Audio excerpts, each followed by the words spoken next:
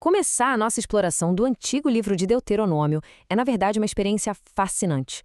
Muitas vezes, a gente tem essa ideia errada de que ele é só uma lista fria, um monte de regras antigas do passado, sabe? Mas não é bem assim. Estamos falando de um texto super profundo e absolutamente fundacional. E aqui vai uma pergunta para pensarmos juntos. Qual único livro antigo atua como a verdadeira dobradiça de toda a narrativa do Antigo Testamento? A resposta é Deuteronômio. Para se ter uma ideia da magnitude desse texto, ele é literalmente um dos livros mais citados pelos profetas que vieram depois e até pelo próprio Jesus. Sem ele, o resto da história simplesmente perde o seu alicerce. É como tentar construir um prédio sem uma fundação firme. Então, para a gente conseguir organizar todo esse vasto material histórico e legal, vamos dividir a nossa análise em 6 partes essenciais. A despedida de Moisés, graça antes da obediência, o coração da lei, uma sociedade radicalmente diferente, a escolha entre vida ou morte e, por fim, a promessa do novo coração. Vamos entrar na seção 1, a despedida de Moisés, as instruções finais nas campinas de Moabe. Olha só como o cenário é altamente dramático. Vamos acompanhar a jornada até aqui. Tivemos a saída do Egito, depois o estabelecimento da aliança lá no Monte Sinai e, em seguida, 40 longos anos de rebeliões exaustivas pelo deserto. Agora, uma nova geração inteira está parada nas campinas de Moabe. Eles estão, literalmente, à beira da terra prometida. É aquele momento de respirar fundo antes do passo mais importante das vidas deles, ouvindo o seu líder, já envelhecido, sabendo que ele não fará essa travessia junto. E aí, por que o livro tem esse nome? Deuteronômio vem do grego e significa segunda lei, enquanto no original hebraico, devarim significa simplesmente palavras. O detalhe crucial aqui é que o texto não apresenta uma lei inédita. Não é uma novidade. É, na verdade, uma repetição e um aprofundamento da aliança original para essa nova geração. É muito fascinante ver Moisés agindo não só como um legislador rígido, mas como um guia pastoral super apaixonado instruindo seu povo. O que nos leva à seção 2, graça antes da obediência, a ordem da libertação. Esse é um momento crucial que quebra totalmente aquela ideia de que, na antiguidade, a salvação precisava ser comprada com boas ações. Vamos dar uma olhada nesses passos.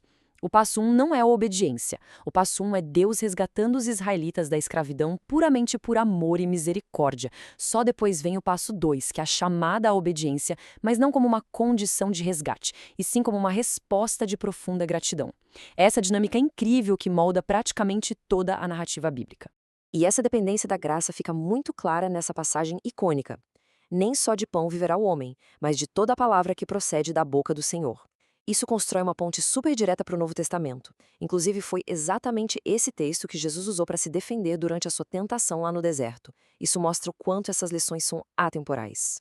Entramos agora na seção 3, o coração da lei, o Shema. A gente precisa focar agora no centro absoluto do livro e de toda a fé judaica histórica, que se fundamenta nessa palavra, Shema. Muitas vezes costumamos traduzir isso simplesmente como ouve ou escuta, mas honestamente essa tradução é um pouco limitada.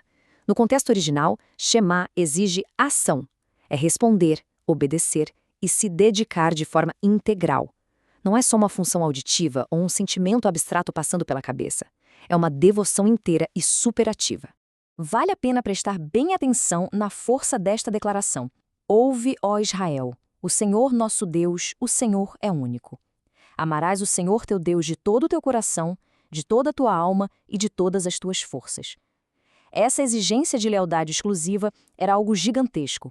Ela desafiava de frente e de forma bem radical todas as culturas politeístas que existiam ali ao redor na época.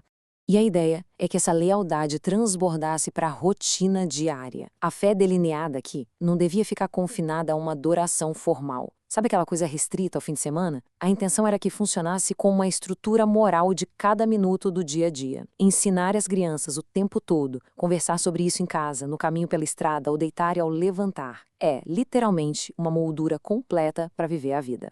Vamos seguir para a seção 4, uma sociedade radicalmente diferente. A justiça no Antigo Oriente Médio. Quando a gente analisa as leis de Israel, fica claro que é um projeto antigo e simplesmente brilhante de justiça social, especialmente se compararmos com os impérios vizinhos. Lá no Oriente Médio Antigo, os reis eram vistos como deuses intocáveis. Já em Deuteronômio, a visão é bem diferente. Os líderes estão estritamente subordinados à lei. Enquanto havia uma exploração desenfreada da pobreza lá fora, aqui o texto ordena um cuidado real através do dízimo trienal obrigatório para os pobres. E em vez de uma monarquia absoluta sem nenhum controle, a nação contava com profetas para supervisionar as lideranças de perto. Para a época, isso era um verdadeiro divisor de águas. E as proteções aos mais vulneráveis são de impressionar. Viúvas, órfãos e imigrantes tinham uma defesa garantida na lei. Imaginemos uma sociedade que aplica o perdão completo de dívidas a cada 7 anos. É quase inacreditável. Escravos recebiam liberdade e provisões generosas nesse 7º ano. Tinha até a regra de deixar as bordas das plantações sem colheita para que os mais pobres pudessem pegar o que precisassem, além da proibição estricta de cobrar juros dos necessitados. A comunidade inteira precisava ser um reflexo vivo daquela mesma misericórdia que eles tinham recebido lá atrás, no Egito. E isso nos traz a seção 5, a escolha entre vida ou morte, a cerimônia nos montes. Esse é, sem dúvida, o clímax dramático da história. Podemos visualizar a cena, metade da nação posicionada em frente ao Monte Gerizim, proclamando em voz alta as bênçãos da vida, prosperidade, chuva e segurança para a obediência fiel, e a outra metade, diante do Monte Ebal, anunciando as maldições terríveis de morte, fome, derrota e exílio em caso de rebelião. Um eco ensurdecedor cruzando o vale. Isso representa perfeitamente o peso enorme dessa aliança. A síntese de toda essa cerimônia grandiosa está no apelo super comovente desse líder já idoso. Coloquei diante de ti a vida e a morte, a bênção e a maldição. Escolhe, pois, a vida para que vivas tu e a tua descendência. É um verdadeiro ultimato pastoral. Dá para sentir a urgência e o carinho ali, um clamor para que a história deles não terminasse em um grande desastre. O que nos leva à nossa última parte. Seção 6. Promessa do novo coração. A esperança final além do fracasso.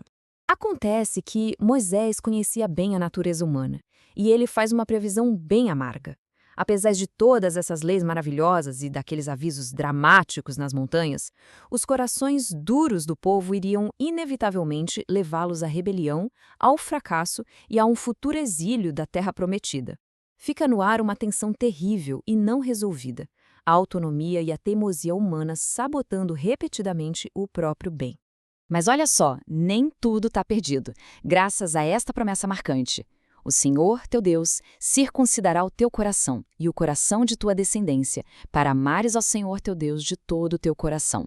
É a promessa maravilhosa e metafórica de que o próprio Deus efetuaria no futuro a transformação interior que a lei escrita em pedra por si só não conseguiu realizar. Um conceito profundo que seria muito explorado mais tarde por profetas como Jeremias e Ezequiel. E é assim que o livro chega ao fim, com a morte de Moisés, solitário lá no Monte Nebo. A narrativa fica completamente inacabada. O povo ali, se preparando para cruzar o Rio Jordão rumo a um território novo, mas carregando no peito corações que fundamentalmente continuavam intocados e não transformados. O palco fica perfeitamente armado para toda a história caótica e incrivelmente fascinante que se desenrola nos livros seguintes. Então, deixo aqui um pensamento provocador para pensarmos juntos no final dessa análise. Se a lei brilhante, super detalhada e inovadora por si só não consegue mudar a natureza obstinada do ser humano, como o restante de toda a narrativa bíblica vai cumprir essa antiga e misteriosa promessa de um coração completamente transformado? É justamente a busca por essa resposta que mantém esse texto tão vivo e relevante hoje. Um grande abraço a todos e até a nossa próxima exploração.